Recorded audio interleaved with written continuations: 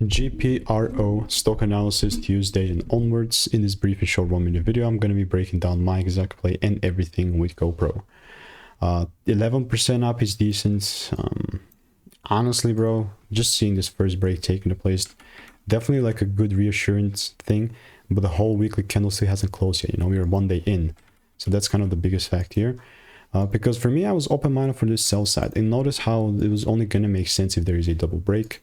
And since I never got this red part taking place, I never took no trades. And I'm very clever with explaining this, and people still think that I lost money here. I never got inside this sell because no rules got met. Here's the thing.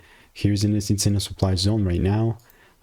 Because it is a supply zone, I'm looking to take it for the lower if it makes sense, right? Yeah, but it's only going to be bearish if there is a double break.